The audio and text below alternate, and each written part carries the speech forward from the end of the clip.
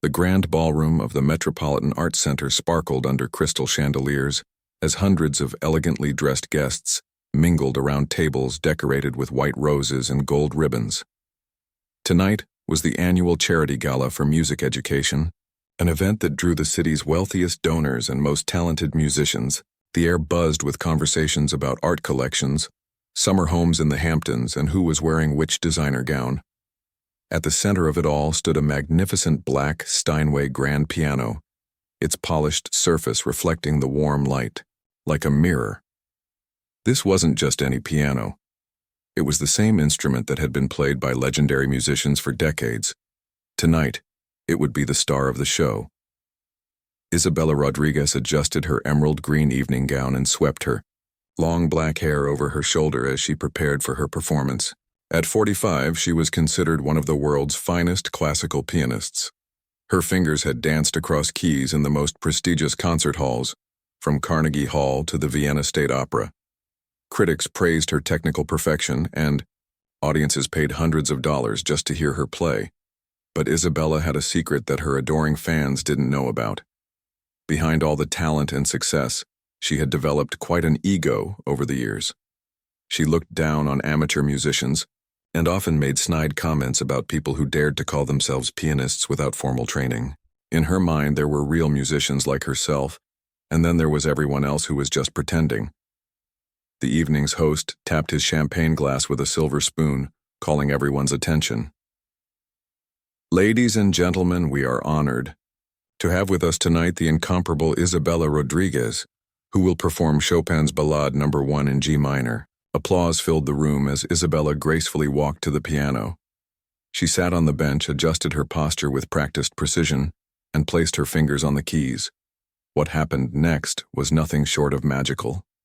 Her fingers flew across the keyboard with incredible speed and accuracy, bringing Chopin's masterpiece to life. Every note was perfect, every phrase precisely timed, every dynamic change executed flawlessly. The audience sat mesmerized as Isabella played. Some closed their eyes to better absorb the music, while others watched her hands in amazement. This was why she was famous. Her technical skill was absolutely unmatched. When she struck the final dramatic chord, the room erupted in thunderous applause. People stood up shouting "Bravo" and clapping until their hands hurt. Isabella stood and curtsied gracefully, soaking in the adoration. She lived for moments like these, when everyone in the room recognized her superiority.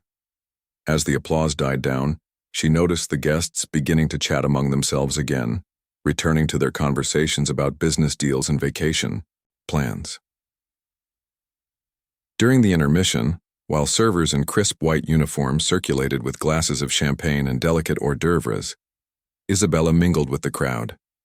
People approached her constantly, complimenting her performance and asking for photos. She smiled politely, but felt somewhat bored by their predictable praise. It was then that her sharp eyes caught sight of something interesting.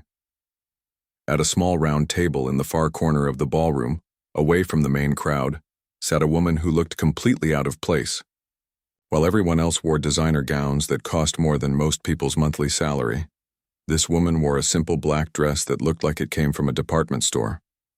Her brown hair was pulled back in a basic ponytail, and she wore minimal makeup. What caught Isabella's attention wasn't the woman's modest appearance. It was the way she was staring at the piano. While everyone else had returned to their socializing and networking, this woman's eyes remained fixed on the instrument. Her expression was wistful, almost longing, as if the piano held some special meaning for her. Isabella's curiosity was piqued. She approached Mrs. Henderson, one of the event's board members who was standing nearby admiring the floral centerpieces. "Who is that woman over there?" Isabella asked, nodding toward the corner table. "The one in the simple black dress." Mrs. Henderson followed her gaze and smiled. "Oh, that's Lucy. She works as a bookkeeper for the Thompson family, you know, the ones who own all those hotels downtown. Mrs. Thompson couldn't make it tonight, so she sent Lucy to represent their company. Sweet girl, very quiet. She's been sitting there all evening, barely touching her food." Isabella studied Lucy more carefully. The woman seemed completely absorbed in watching the piano, as if she was imagining herself playing it. There was something in her expression that Isabella couldn't quite identify. Was it sadness? Longing? Whatever it was, it amused Isabella in a way she didn't expect. Has she said anything about music? Isabella pressed, her interest growing. Not really, Mrs. Henderson replied, sipping her champagne. Though I did notice she hasn't taken her eyes off that piano since the moment she arrived. Maybe she's a music lover. Isabella's lips curved into a slight smile. In her experience, people who stared at pianos like that usually had one thing in common: they thought they could play. She had encountered countless individuals over the years who believed they had hidden musical talent just waiting to be discovered. It was always the same story. They had taken a few lessons as children or learned a simple song from their grandmother, and they somehow convinced themselves they were musicians. The idea began to form in Isabella's mind. Wouldn't it be entertaining to give this woman a chance to embarrass herself in front of all these sophisticated guests? It would certainly provide some amusement for the evening, and more importantly, it would remind everyone in the room of the vast difference between a real musician and a wannabe. Isabella excused herself from Mrs. Henderson and began walking toward Lucy's table. As she approached, she noticed that Lucy was indeed completely lost in thought, still gazing at the piano with that same wistful expression. She didn't even notice Isabella approaching until she was standing right beside her chair. "Excuse me," Isabella said in her most charming voice, though there was a subtle hint of condescension that only someone paying close attention might catch. Lucy looked up, startled. Her eyes widened when she realized who was speaking to her. "Oh, Ms. Rodriguez, your performance was absolutely incredible. I've never heard anything so beautiful." Isabella smiled, pleased by the compliment but also amused by the woman's obvious nervousness. Up close, she could see that Lucy was probably in her late 30s, with kind eyes and a gentle face that spoke of someone who had experienced both joy and hardship in life. "Thank you so much," Isabella replied graciously. "I couldn't help but notice that you've been watching the piano all evening. Are you a musician yourself?" Lucy's cheeks turned pink, and she looked down at her hands folded in her lap. "Oh no, not really. I used to play a little when I was younger, but that was a long time ago. I love listening to music, especially piano music." Isabella's smile grew wider. This was exactly what she had expected to hear. A little piano playing from years ago, the classic setup for someone who thought they had more talent than they actually possessed. "Well," Isabella said, raising her voice just enough so that people at nearby tables could hear, "since you love piano music so much, why don't you give it a try? I'm sure everyone would love to hear what you can do." The suggestion hung in the air like a challenge. Conversations at surrounding tables began to quiet as people turned to see what was happening. Lucy's face went from pink to deep red as she realized that attention was turning toward her. "Oh no, I couldn't," Lucy stammered, shaking her head. Quickly, "I haven't played in years and certainly not in front of people. Besides, after hearing you play, I could never." But Isabella was just getting started. She had an audience now and she intended to make the most of it. "Nonsense, music is meant to be shared, I insist. It's all in good fun. Everyone here loves music, and I'm sure they'd be delighted to hear a different perspective." More people were turning to watch now, sensing that something interesting was about to happen. Isabella could see the mixture of curiosity and anticipation in their faces. Some were already reaching for their phones, perhaps expecting to capture an awkward moment they could share later. Lucy glanced around the room nervously, seeing all the expectant faces looking at her. Her hands began to tremble slightly as the weight of the situation settled on her shoulders. She opened her mouth to protest again, but Isabella cut her off. "Come now, don't be shy," Isabella continued, her tone becoming more insistent while maintaining its friendly facade. "It's just a piano, and we're all friends here. What's the worst that could happen?" The crowd began to murmur encouragement, though many were clearly expecting to be entertained by an amateur's clumsy attempt at playing. Someone called out, "Go ahead, give it a try," while others nodded and smiled in what they thought was support. Lucy looked trapped. She could feel dozens of pairs of eyes on her, all waiting to see what she would do. Her heart was pounding so hard she could hear it in her ears. Part of her wanted to simply excuse herself and leave. But another part, a part she had buried deep inside for many years, was stirring to life. The piano seemed to call to her from across the room. It had been so long since she had touched. Real keys felt the smooth ivory beneath her fingers, heard the rich, full sound that Lucy's legs felt like they were made of jelly as she slowly made her way across the ballroom toward the magnificent piano. Every step seemed to echo in her mind, even though the thick carpet muffled any actual sound. Behind her, she could hear the rustle of expensive fabric and the soft clink of champagne glasses as the crowd repositioned themselves for a better view of what was about to unfold.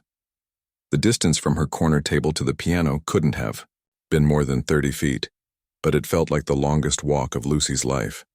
With each step, her heart pounded harder, and she became increasingly aware of every pair of eyes following her movement. The conversations that had filled the room moments before had died down to curious whispers and expectant murmurs. "Look at her hands shaking," someone whispered, not quite quietly enough. "This should be interesting," another voice said with barely concealed amusement. Lucy tried to block out the comments, but they seemed to pierce through her consciousness like arrows. She had always been a private person, someone who preferred to blend into the background rather than be the center of attention. Now, suddenly, she was the main attraction at one of the city's most exclusive social events. Isabella walked beside her with the confident stride of someone completely in her element. She occasionally nodded and smiled at guests they passed, accepting their knowing looks and subtle nods of approval. In Isabella's mind, this was going perfectly according to plan. She would give this amateur a chance to embarrass herself, which would only make Isabella's own talent shine brighter by comparison. As they approached the piano, Lucy's steps became slower and more hesitant. The instrument loomed before her like a beautiful but intimidating mountain. She had forgotten how imposing a concert grand piano could be. 9 feet of polished black wood and steel, with 88 keys that could produce everything from the gentlest whisper to the most thunderous roar. The piano bench sat empty, waiting for her. Lucy stared at it as if it were a throne she had no right to occupy. Her hands, which had been trembling slightly before, now shook visibly. She clasped them together in front of her dress, trying to still their movement, but it was no use. "Having second thoughts?" Isabella asked with a smile that didn't quite reach her eyes. "It's perfectly understandable if you'd rather not. Playing in front of an audience can be quite intimidating for someone who isn't used to it." The comment stung more than Lucy expected it to. She could hear the condescension wrapped in false kindness, and it awakened something inside her that had been sleeping for years. Still, the fear was overwhelming. She hadn't played a real piano in 15 years and never in front of an audience like this. I'm not sure I remember much," Lucy said quietly, her voice barely audible above the crowd's murmurs. "It's been such a long time." "Oh, don't worry about that," Isabella replied loudly enough for nearby guests to hear. "Music is like riding a bicycle, it comes back to you. Besides, we're not expecting perfection. We just want to hear what you can do." Several people in the crowd chuckled at Isabella's comment about not expecting perfection. Lucy felt her cheeks burn with embarrassment, but she also felt something else stirring, a spark of determination that surprised her. The crowd had formed a semicircle around the piano area now, with the front row filled with the evening's most distinguished guests. Lucy recognized several faces from newspaper society pages, wealthy businessmen, prominent doctors, successful attorneys, and their impeccably dressed wives. All of them were looking at her with expressions that ranged from curious amusement to barely concealed anticipation of entertainment. Mrs. Thompson, Lucy's employer, had always treated her kindly, but Lucy wondered what she would think if she could see this moment. Would she be embarrassed that her employee was making a spectacle of herself? Would this affect Lucy's job? The thought made her stomach clench with anxiety. "Any requests?" Isabella asked the crowd with theatrical flair. "What would you like? To hear our mystery musician play?" "Chopsticks," someone called out, causing a ripple of laughter through the audience. "Mary had a little lamb," another voice suggested, generating more chuckles. Lucy's face grew even redder. The suggestions weren't meant to be cruel, but they felt that way to her. These people clearly expected nothing more from her than the most basic, childish pieces. In their minds, she was already a joke waiting to happen. Isabella held up her hand to quiet the suggestions. Now, let's let our volunteer choose what she'd like to play. After all, she knows her own abilities best. The word abilities was spoken with just enough emphasis to make it clear that Isabella didn't think Lucy had many. Lucy caught the subtle insult and felt her hands clench into fists at her sides. She had spent most of her adult life being underestimated and overlooked, but something about this moment felt different. She approached the piano bench slowly, her mind racing. Part of her wanted to turn around and walk away, to mumble an apology and disappear back to her corner table. But another part of her, a part that had been buried under years of financial struggle and broken dreams, was beginning to wake up. Lucy sat down on the bench carefully, as if it might break under her weight. The leather was soft and well-worn, shaped by countless musicians who had sat in this same spot over the years. She adjusted her position slightly, trying to find the right distance from the keys, the right height for her arms. Her hands hovered over the keyboard, trembling visibly. The keys seemed to gleam under the chandelier light, each one perfectly, clean and positioned. She could see her reflection in the polished black surface above the keys, distorted and fragmented but somehow familiar. The crowd had grown completely quiet now, everyone waiting to see what would happen next. The silence was so complete that Lucy could hear her own breathing, quick and shallow with nervousness. Someone coughed softly in the back of the crowd, and the sound seemed unnaturally loud in the stillness. Isabella stood to Lucy's right, positioned, so that she could see both Lucy's hands and the audience's reaction. Her arms were crossed casually, but there was anticipation in her posture. She was ready to step in if things went too badly, ready to make some gracious comment about how difficult it was to perform in front of an audience, ready to gently reclaim her position as the evening's real musician. Lucy's fingers touched the keys lightly, not hard enough to make any sound. The ivory felt cool and smooth under her fingertips, a sensation she remembered from years ago, but had almost forgotten. For just a moment, the crowd and the pressure faded away as she reconnected with that familiar feeling. Memories began to flood back, sitting at an old, upright piano in her childhood home, her grandmother's gentle hands guiding her small fingers to the right positions. The smell of her grandmother's lavender perfume, the way the afternoon sunlight would stream through the lace curtains and fall across the sheet music, the patient voice encouraging her to try again when she made a mistake. "Take your time," Isabella said, though there was an edge of impatience in her voice. "Whenever you're ready." Lucy closed her eyes and took a deep breath. When she opened them again, her hands had stopped shaking quite so much. She positioned her fingers over the keys, muscle memory beginning to assert itself despite the years that had passed. The crowd leaned forward slightly, phones being discreetly raised to capture whatever was about to happen. Some guests exchanged glances and small smiles, clearly expecting to witness an awkward moment they could discuss over brunch the following weekend. Lucy's right hand moved first, finding middle C with an accuracy that surprised even her. The note rang out clear and true in the silent ballroom, a single perfect sound that seemed to hang in the air. It was followed by another note, then another, as Lucy began to play a simple melody that most people in the room would recognize. She had chosen Für Elise, Beethoven's most famous piano piece, and one of the first complex compositions she had learned as a child. It was a safe choice, something that would be familiar to the audience without being too challenging. At least that's what she told herself as her fingers began to find their way across the keys.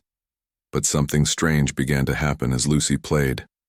The notes that started out tentative and careful began to gain confidence. Her fingers, which had felt stiff and uncertain at first, began to remember their training. The muscle memory that had been dormant for 15 years started to awaken, guiding her hands with increasing certainty. The crowd's expressions began to shift. The amused smiles faded as they realized that what they were hearing wasn't the fumbling attempt of an amateur. Lucy's technique, while perhaps a bit rusty from years of disuse, was clearly that of someone who had received serious musical training. Isabella's confident posture began to straighten as she listened more intently. This wasn't what she had expected, at all. The woman was actually playing competently, with real understanding of the music's structure and emotional content. It wasn't just hitting the right notes, it was actual musicianship. Lucy felt the change in the room's atmosphere even with her eyes focused on the keys. The polite but condescending attention had shifted to something more genuine. People were actually listening to the music rather than waiting for her to make a mistake they could laugh about. As she played the familiar melody of Für Elise, what happened next would be talked about for years to come by everyone who witnessed it. As Lucy's fingers moved across the keys, transitioning from the familiar Für Elise into something completely unexpected, the very air in the ballroom seemed to change. The polite social atmosphere that had filled the room just minutes before was replaced by something electric and profound. Lucy had begun playing Debussy's Clair de Lune, one of the most beautiful and technically challenging pieces in the classical piano repertoire. But this wasn't the careful note-by-note playing of someone struggling to remember an old lesson. This was the fluid, expressive performance of someone who understood the music at a deep, almost spiritual level. Her fingers danced across the keys with a grace that seemed to defy the years of separation from formal training. Each note flowed into the next with perfect timing and exquisite control. The gentle, dreamy quality of Debussy's masterpiece filled the ballroom, transforming the space from a social gathering into something approaching a sacred concert hall. Isabella stood frozen beside the piano, her confident smile completely gone. Her mouth had fallen slightly open as she watched Lucy's hands move with a technical skill that matched or even exceeded her own. This wasn't possible. This woman was supposed to be an amateur, a bookkeeper who had taken a few childhood piano lessons. Yet here she was, playing one of the most demanding pieces in classical music as if she had been performing it professionally for years. The crowd's reaction was equally dramatic. The casual conversations and subtle jokes had stopped entirely. Phones that had been raised to capture an amusing amateur performance were now recording something extraordinary. People who had been standing casually were now leaning forward, completely absorbed in what they were hearing. Mrs. Henderson, who had described Lucy as just a quiet girl who works for the Thompsons, stood with tears beginning to form in her eyes. She had attended dozens of these charity galas over the years and heard many accomplished musicians perform, but there was something about Lucy's playing that touched her in a way she couldn't quite explain. As Clair de Lune reached its gentle conclusion, the room held its breath, waiting to see if Lucy would stop there. But instead of lifting her hands from the keys, instead of turning to acknowledge the stunned crowd, Lucy continued playing. Without pause, without hesitation, her fingers began the opening notes of something that made Isabella's blood run cold. Rachmaninoff's Piano Concerto No. 2 in C minor is widely considered one of the most difficult pieces ever written for piano. It requires not just technical perfection, but enormous physical stamina, emotional depth, and years of dedicated study. Professional pianists spend months preparing to perform it with a full orchestra, yet Lucy had just launched into it as casually, as if she were playing a simple folk song. But what made it even more incredible was that Lucy wasn't just playing the piano part. She was somehow incorporating the orchestral sections as well, her left hand providing the deep, resonant bass lines that would normally be played by cellos and double basses, while her right hand soared through the melody with the passion and power that the piece demands. Isabella had played this concerto herself many times, always with full orchestral accompaniment, always after weeks of intensive practice. She knew every note, every phrase, every subtle dynamic change. What Lucy was doing shouldn't have been possible for a single performer on a solo piano, yet somehow she was making it work. Not just work, she was making it sound complete, full, as if the orchestra was somehow present in spirit if not in body. The emotional content of Lucy's performance was what truly set it apart. While Isabella's earlier performance had been technically perfect, it had been somewhat cold and mechanical. Lucy's playing, by contrast, seemed to come from somewhere deep inside her soul. Every phrase carried weight. Every melody line told a story. Every dramatic passage conveyed genuine emotion. As the first movement of the concerto unfolded, several people in the audience began to quietly weep. There was something in Lucy's interpretation that spoke to universal human experiences: love, loss, hope, despair, triumph. The music wasn't just entertainment. It was a direct communication from one human heart to many others. A distinguished gentleman in the front row, whom Isabella recognized as the conductor of the City Symphony Orchestra, was staring at Lucy with an expression of complete amazement. His hands moved slightly as he followed along with the music, his professional ear catching subtleties and interpretive choices that most of the audience might miss, but that marked Lucy as a musician of extraordinary caliber. Isabella felt her worldview crumbling around her. Everything she had believed about talent, training, and professional achievement was being challenged by this woman in a simple black dress who wasn't supposed to be able to play at all. The confidence and superiority that Isabella had carried throughout her career began to feel hollow and false. Lucy's physical transformation was as remarkable as her musical one. The nervous, trembling woman who had reluctantly approached the piano was gone. In her place sat someone completely at home with the instrument, her posture perfect, her movements economical and graceful. Her face, which had been tight with anxiety just minutes before, now showed complete concentration and emotional engagement with the music. The technical demands of Rachmaninoff's concerto are immense. There are passages that require the pianist's hands to stretch across vast distances on the keyboard, sections where both hands must play complex rhythms simultaneously, moments that demand the gentlest touch followed immediately by thunderous power. Lucy navigated all of these challenges as if they were second nature to her. Halfway through the first movement, something extraordinary happened. Lucy began to make the piece her own, adding subtle interpretive touches that weren't in the standard performance practice, but that felt absolutely right in the context of her performance. She wasn't just recreating Rachmaninoff's masterpiece, she was reimagining it, bringing her own musical voice to bear on the composer's vision. Isabella recognized what she was witnessing as something that occurred only rarely in the musical world: the emergence of a truly original artistic voice. This wasn't just technical competence or even professional-level performance.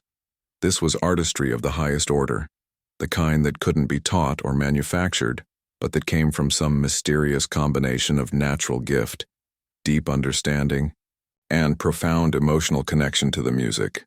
The ballroom had become completely silent except for the piano. Conversations had stopped entirely. Servers had paused in their duties to listen, and even the staff members who were supposed to be working had gathered in the doorways to witness what was happening. Everyone present seemed to understand that they were experiencing something special, something that they would remember for the rest of their lives. As Lucy moved into the second movement of the concerto, the music became more introspective and lyrical. Her touch became even more delicate, coaxing sounds from the piano that seemed almost impossible. The instrument itself seemed to be responding to her in ways that went beyond mere technical skill. It was as if she and the piano were having a conversation, each phrase of music a statement that was answered by the resonant voice of the strings and soundboard. Isabella found herself studying Lucy's technique with professional interest, despite her emotional turmoil. The woman's hand position was perfect, her pedaling sophisticated and musical, her understanding of the piano's capabilities complete. These weren't skills that could be developed overnight or remembered from childhood lessons. They represented years of serious study and countless hours of practice. The mystery of who Lucy really was became more compelling with every measure of music. How had someone with this level of ability ended up working as a bookkeeper? Where had she trained? Who had been her teachers? Why wasn't she performing professionally? The questions multiplied even as the music continued to provide evidence of her extraordinary capabilities. As the concerto reached its climactic moments, Lucy's playing became even more intense and powerful. Her entire body was engaged with the music now, swaying slightly with the rhythm. her face showing the emotional content of every phrase. The sound that came from the piano was enormous, filling every corner of the large ballroom with rich, complex harmonies and soaring melodies. The crowd was completely transfixed. People who had come to the gala expecting nothing more than a pleasant evening of socializing and charitable giving were witnessing something that would change their understanding of what music could be. Several professional musicians in the audience were shaking their heads in amazement, recognizing the level of artistry they were witnessing, but unable to reconcile it with the modest woman who was producing it. Isabella felt tears beginning to form in her own eyes, though whether they came from the beauty of the music or the humbling realization of her own arrogance, she couldn't say. Everything she thought she knew about musical hierarchy and professional credentials was being turned upside down by Lucy's performance. As the final movement built toward its triumphant conclusion, Lucy's playing reached levels of intensity and technical brilliance that left everyone in the room breathless. Her fingers flew across the keys with impossible speed and accuracy. The silence that followed Lucy's performance stretched on for what felt like an eternity. It was the kind of silence that follows only the most profound artistic experiences, when an audience needs time to process what they've just witnessed, when applause feels almost inadequate to express what they've felt. Finally, someone in the back of the crowd began to clap. The sound was tentative at first, as if the person wasn't quite sure that applause was the right response to what had just happened. But within seconds, the entire ballroom erupted in the most passionate, heartfelt applause that any of them had ever given. People weren't just clapping, they were on their feet, shouting, some openly weeping. The sound was thunderous, echoing off the high ceiling and crystal chandeliers. Several people were calling out, "Bravo!" in voices thick with emotion. The applause went on, as if the audience couldn't bear to let the moment end. Lucy sat at the piano bench, her hands still resting lightly on the keys, looking stunned by the reaction. She had become so lost in the music that she had almost forgotten about the crowd. Now faced with their overwhelming response, she seemed to shrink back into herself, the confident performer disappearing and the shy bookkeeper returning. Isabella stood beside the piano in complete shock. Her carefully constructed world of musical hierarchy and professional superiority had been completely shattered in the space of 20 minutes. She had spent decades building her reputation as one of the world's finest pianists, yet she had just witnessed someone she had dismissed as an amateur deliver a performance that surpassed anything she had ever achieved. The applause finally began to die down, but the energy in the room remained electric. People were talking excitedly among themselves, trying to process what they had just experienced. Several individuals were already approaching the piano, clearly wanting to speak with Lucy, to understand how such an extraordinary performance had emerged from someone they had never heard of. Isabella knew she had to say something. As the evening's featured performer and the person who had challenged Lucy to play in the first place, all eyes were turning to her for a response. But what could she possibly say? How could she acknowledge what had just happened without admitting her own arrogance and prejudice? She stepped closer to Lucy, who was now looking around the room with a mixture of wonder and anxiety. The transformation was remarkable. During her performance, Lucy had commanded the stage like a seasoned professional. Now she looked like she wanted to disappear into the floor. "That was," Isabella began, then stopped. She had been about to offer some polite professional compliment, but the words felt completely inadequate. What she had just witnessed wasn't just good playing. It was artistry of the highest level, the kind that came along perhaps once in a generation. Isabella tried again. "Who are you?" The question came out as barely more than a whisper, but in the relative quiet of the ballroom, everyone could hear it. Lucy looked up at Isabella with eyes that were beginning to fill with tears. For a moment, she seemed unable to speak. Then, in a voice so quiet that people had to strain to hear her, she said, "I'm nobody special, just someone who used to love music." The simple words hit Isabella like a physical blow. "Used to love music?" she repeated. "But you play like someone who has dedicated their entire life to music. That performance, that was professional level. Beyond professional level." Lucy's tears began to flow freely now. She looked down at her hands, still resting on the piano keys, as if she couldn't believe they had just produced what everyone had heard. Mrs. Henderson, who had been standing in the crowd, pushed through to get closer. "Lucy, dear, I don't understand. How do you know how to play like that? That was incredible." Lucy took a shaky breath and slowly turned on the piano bench to face the crowd. Her modest black dress seemed even more out of place now, that everyone knew what she was capable of. She wiped her eyes with the back of her hand and tried to compose herself. "I'm sorry," she said, her voice still quiet, but carrying clearly in the attentive room. "I didn't mean to. I know I'm not supposed to be here playing like this. When I heard the music, when I sat at this piano, I couldn't help myself." "Not supposed to be here?" Isabella repeated, her confusion growing. "What do you mean?" Lucy looked around the room at all the expectant faces, then back at the piano keys. When she spoke again, her words came slowly, as if each one was difficult to say. "I was supposed to be at Juilliard," she began, and a murmur of surprise rippled through the crowd. "I was accepted when I was 16, full scholarship. I was going to be a concert pianist." The revelation sent shockwaves through the audience. Juilliard was one of the most prestigious music schools in the world. Students who were accepted there, especially with full scholarships at such a young age, were recognized as among the most talented musicians of their generation.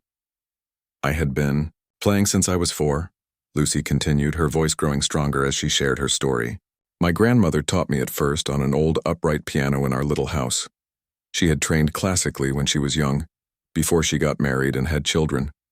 She saw something in me, some natural connection to the music, and she nurtured it." Isabella listened with growing amazement. This explained the technical perfection, the deep musical understanding, the interpretive sophistication she had just witnessed. Lucy hadn't been an amateur playing from distant memory. She had been a prodigy whose training had been interrupted. "When I was 8, my grandmother arranged for me to study with Professor Martinez at the conservatory downtown." Lucy went, "He said I had natural talent that he had rarely seen. By the time I was 14, I was performing with the youth symphony and winning competitions across the state." The crowd hung on every word. Several people were nodding as if pieces of a puzzle were finally falling into place. The performance they had just witnessed made perfect sense now. It was the emergence of long-suppressed professional level, training and natural ability. "So what happened?" someone called out from the crowd. "Why aren't you performing professionally?" Lucy's face crumpled, and fresh tears began to flow. This was clearly the painful part of the story, the part that explained how someone destined for musical greatness had ended up working as a bookkeeper. "Life happened," she said simply. "Just before I was supposed to start at Juilliard, everything fell apart. My father lost his job at the factory where he had worked for 20 years. The company moved their operations overseas, and suddenly, we had no income. At the same time, my mother was diagnosed with a serious illness that required expensive treatment." The room had become completely quiet again, but this time it was the silence of deep sympathy rather than artistic appreciation. Everyone could see where this story was heading, and their hearts were breaking for this woman who had sacrificed so much. "I was 17, Lucy continued. "Old enough to work, old enough to help support my family. I had to make a choice. Follow my dreams or help the people I loved survive. It wasn't really a choice at all." Isabella felt tears streaming down her own face now. She thought about her own privileged upbringing, the private lessons that her wealthy parents had paid for without question, the opportunities that had been handed to her simply because she had been born into the right circumstances. "I got a job at a diner working nights so I could help pay for my mother's treatments and our rent," Lucy said. "I kept telling myself it would be temporary, that once things stabilized I would find a way back to music. But life has a way of pulling you along. One temporary job led to another. Bills kept coming. Responsibilities kept growing." "But surely you kept playing?" Mrs. Henderson asked gently. "Even if you couldn't go to school, you could have kept up your skills." Lucy shook her head sadly. "We had to sell the piano. It was one of our most valuable possessions, and we needed the money for my mother's medical bills.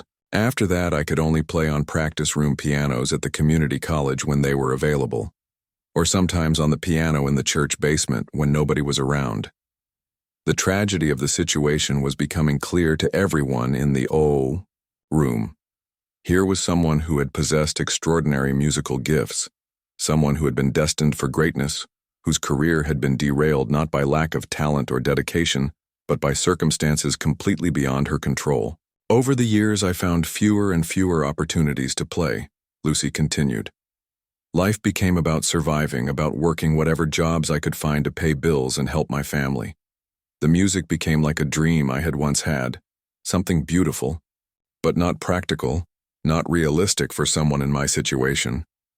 Isabella struggled to find words.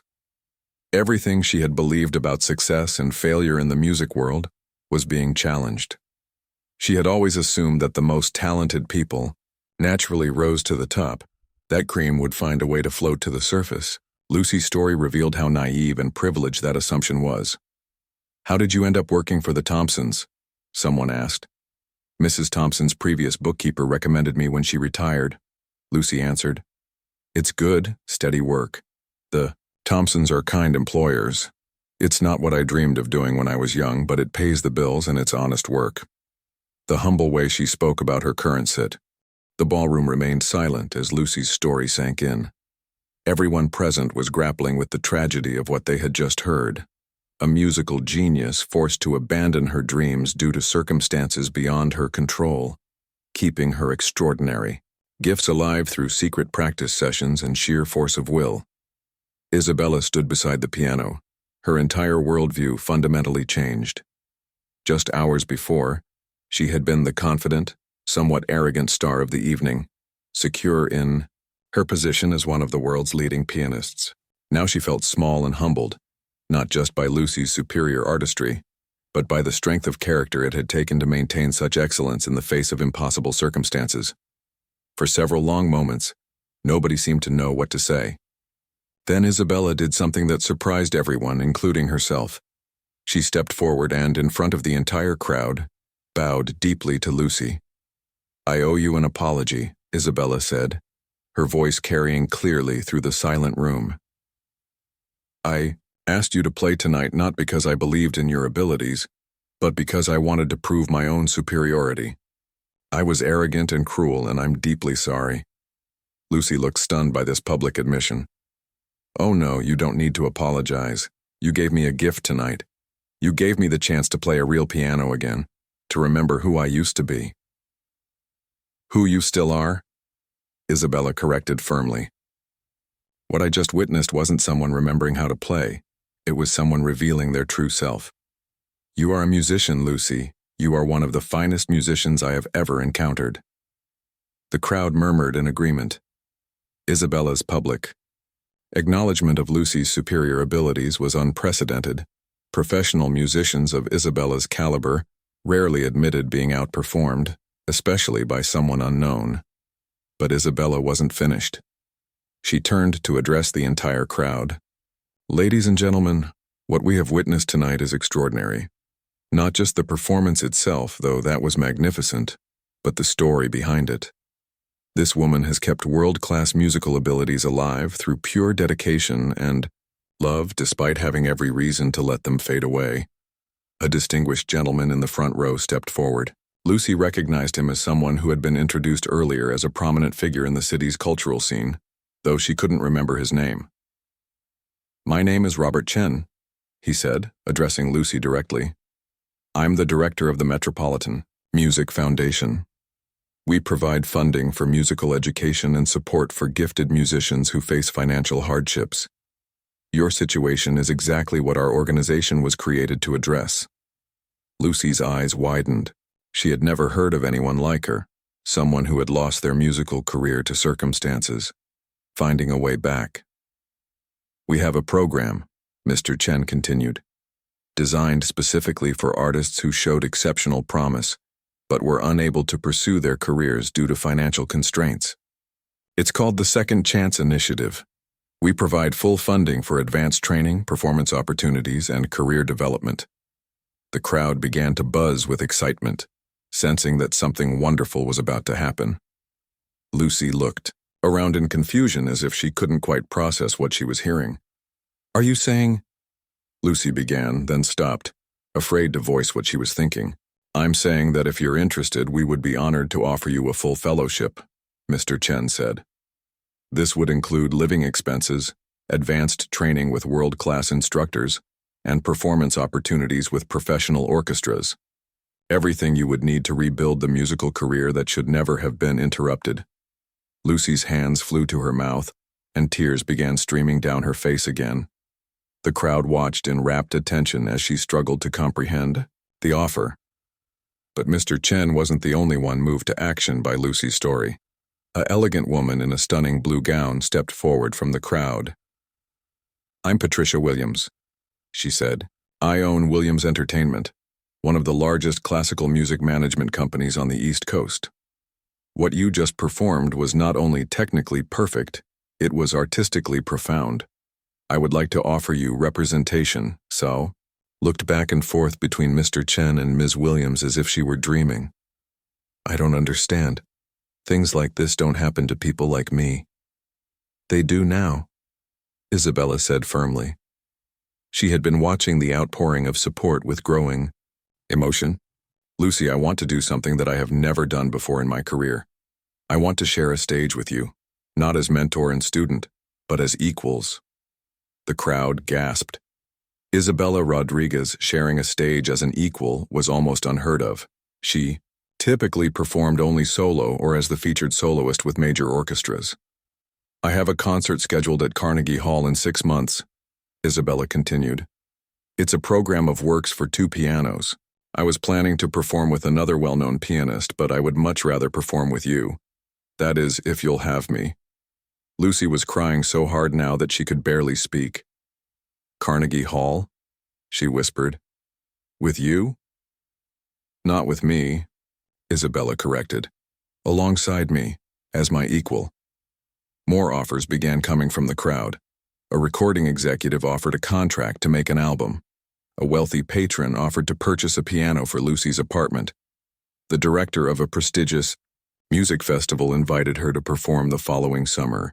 Within minutes, Lucy had gone from obscurity to having more opportunities than most professional musicians see in a lifetime. But perhaps the most touching moment came when Mrs. Henderson approached Lucy with tears in her eyes. "My dear," she said, taking Lucy's hands in her own, "I had no idea. All these months that you've been working for the Thompsons, all the charity events where we've chatted briefly, I never knew we had such an extraordinary artist in our midst. I'm still just me," Lucy said softly. "I'm still the same person I was this morning." "No," Isabella said firmly. "Tonight, you remembered who you really are. And now the world is going to know it too." The evening took on a magical quality as people continued to approach Lucy with offers of support, collaboration, and friendship. Musicians in the crowd shared their own contact information. Music lovers expressed their eagerness to attend her future performances. The same people who had been expecting to be entertained by an amateur's awkward attempt were now privileged to have witnessed the emergence of a major new talent. As the formal program concluded and people began to mingle more freely, Isabella found herself in conversation with Mr. Chen about Lucy's situation. "In 30 years of working in arts administration," he said, "I have never seen such a combination of natural talent, technical skill, and musical maturity. But what impresses me even more is her character, the strength it took to keep those abilities alive under such difficult circumstances." Isabella nodded. "I've learned something important tonight about what it really means to be a musician. It's not about the venues where you perform or the recognition you receive. It's about the connection to the music itself, the dedication to keep it alive in your heart no matter what obstacles you face." Across the room, Lucy was surrounded by well-wishers but seemed overwhelmed by all the attention. Isabella made her way through the crowd to check on her. "How are you holding up?" Isabella asked gently. Lucy shook her head in amazement. "I keep thinking I'm going to wake up and discover this was all a dream. This morning I was worried about whether I could afford to get my car repaired. Tonight, people are offering me the chance to perform at Carnegie Hall. It's not a dream, Isabella assured her. It's what should have happened 20 years ago. We're just correcting a mistake that the world made. Over the following months, Lucy's transformation was remarkable to witness. The Second Chance Fellowship provided her with intensive training to polish skills that had been maintained through pure determination. She worked with master teachers, performed with student orchestras, and gradually built the confidence to take the stage as a professional musician. The Carnegie Hall performance was a triumph beyond anyone's expectations. Lucy and Isabella performed a program of works for 2 pianos, and the audience gave them a standing ovation that lasted nearly 10 minutes. Critics described Lucy as a major new voice in classical music and praised the chemistry between the 2 performers. But perhaps the most meaningful moment came after the performance, when Lucy's parents and several other family members were able to attend her debut at one of the world's most prestigious venues. Her mother, whose medical bills had derailed Lucy's original career, wept as she watched her daughter finally achieve the dreams that had been deferred for so long. Isabella, who had begun the evening as Lucy's superior and challenger, became her closest friend and most trusted musical collaborator. They continued to perform together regularly, with Isabella often saying that Lucy had taught her as much about music as she had learned in decades of professional performance. The charity gala that night raised more money than any previous event in the organization's history, but more importantly, it reminded everyone present that extraordinary talent can be found in the most unexpected places, and that dreams deferred are not necessarily dreams denied. Lucy's story became an inspiration to musicians and non-musicians alike, proving that it's never too late to reclaim your true calling, and that sometimes the most beautiful music comes from those who have fought hardest to keep it alive in their hearts.